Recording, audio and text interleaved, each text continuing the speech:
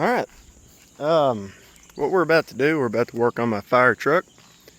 But before we do that, I got a little quick deal for y'all. Comes in Matthew 5:3.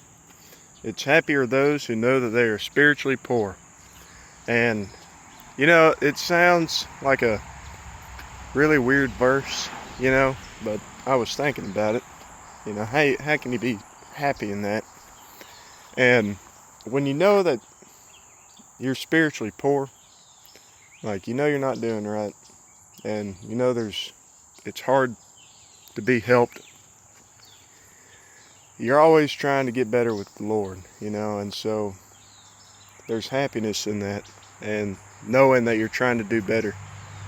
So that's my take on it, and I'm sure over the years I'll find a better definition, the Brett definition. But anyway, if y'all have anything to add to that, or I'd like to hear y'all's thoughts and stuff like that. So anyway, without anything else, we're going to go ahead and get on to the fire truck. Alright, so today on my fire truck, I got to do a tune-up.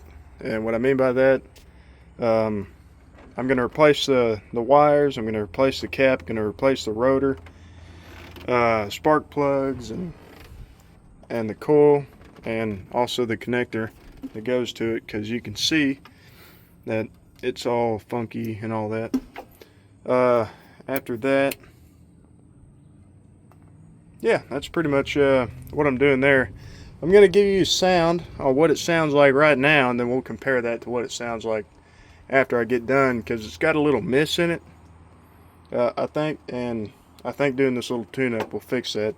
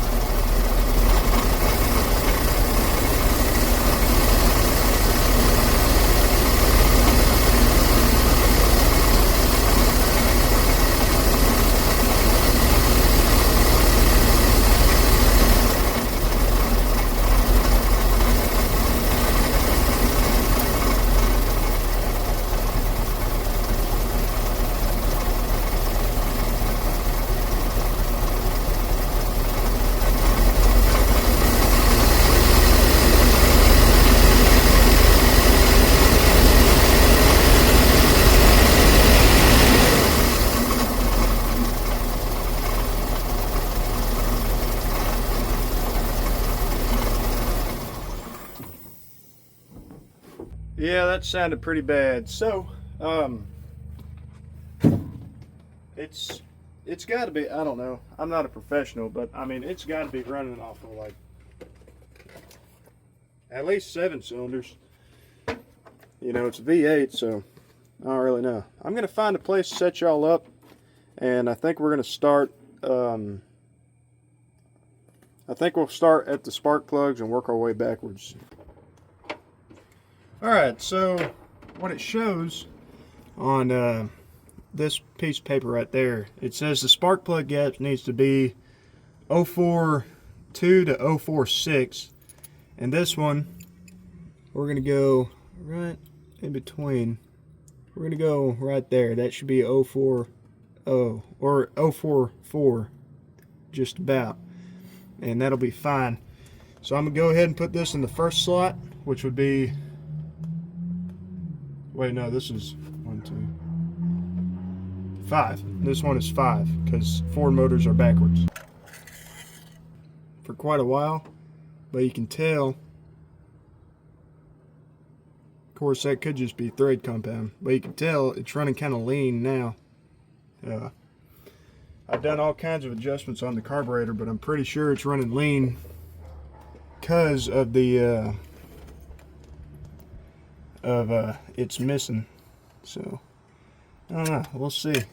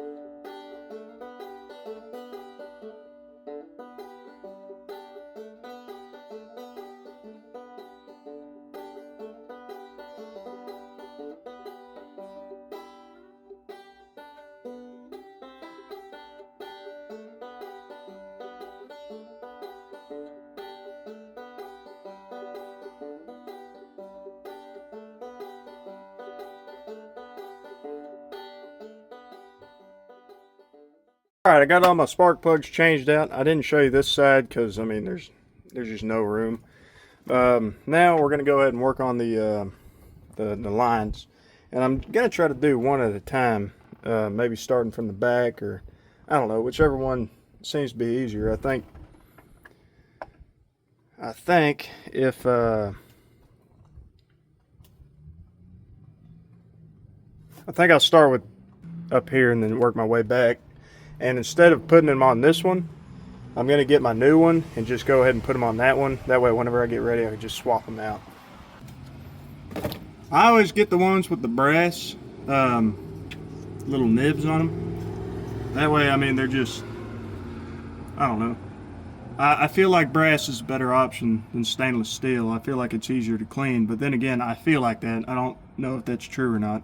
It's just my preference.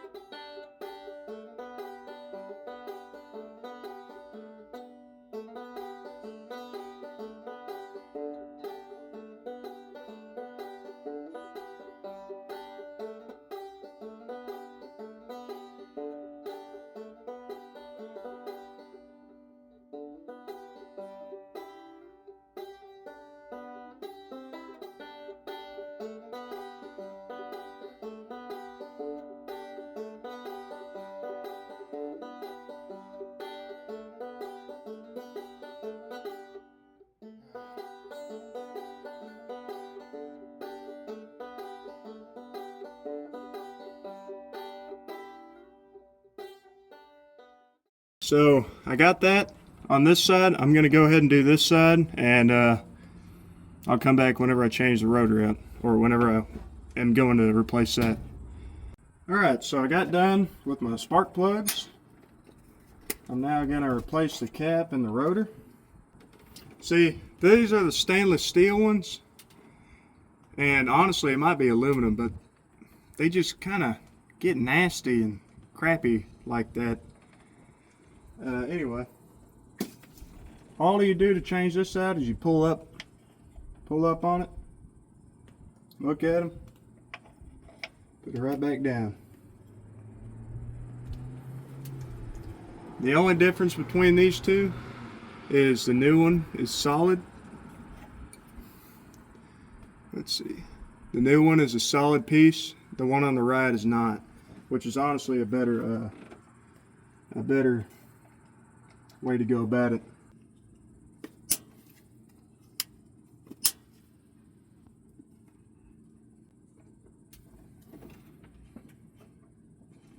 And what I'm going to do is pull the slack out of all these lines, kind of even it out so it won't look as weird. There we go. That looks just a little bit better. So now I'm going to replace this coil.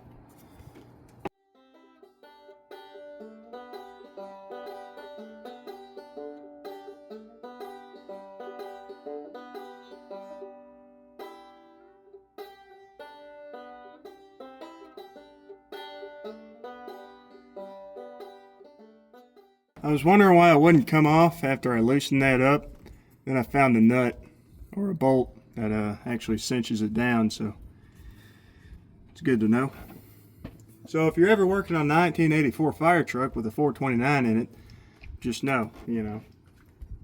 So there's also a nut on here that I didn't know about. So I was just spinning this constantly.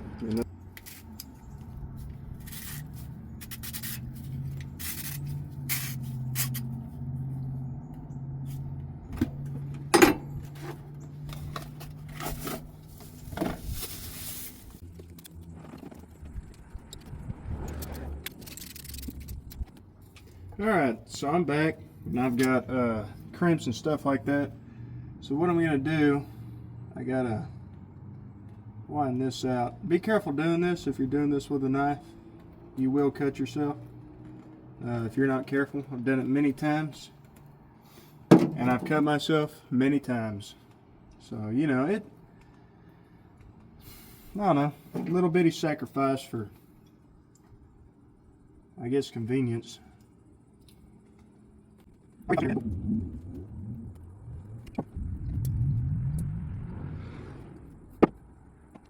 So what I got here is a, it's like a solder crimp fitting. I guess you can't call it a crimp if you're soldering it, but basically there's a little band of solder in there connected to some shrink wrap. And you put it over what you want to do. You basically line up all your wires where you want them.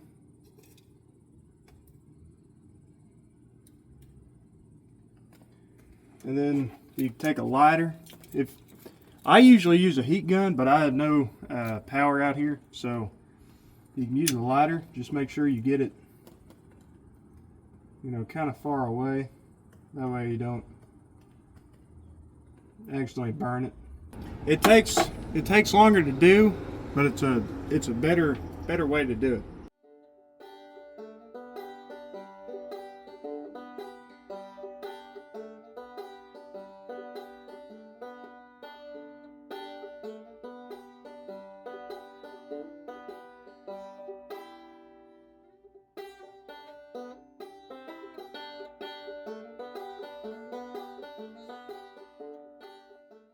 Alright, we're going to try to start it again. Maybe I didn't cross any wires or anything like that. Now that we have all new ignition stuff and things like that, yeah, let's try it out.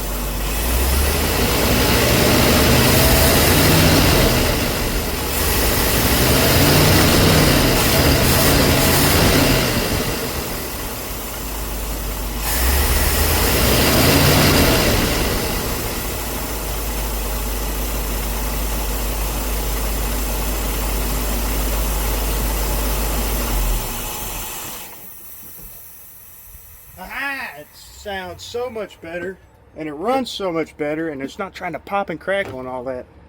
Oh my goodness gracious, I am so happy about that. The next video you're going to see about this truck will be on the water pump, and I'm going to change that out right now. So like, this is literally the next video. Will be. Alright, I thank y'all so much for watching, and I hope you enjoyed it. Maybe I can make it funny in the editing. I don't know, we'll see. Bye bye.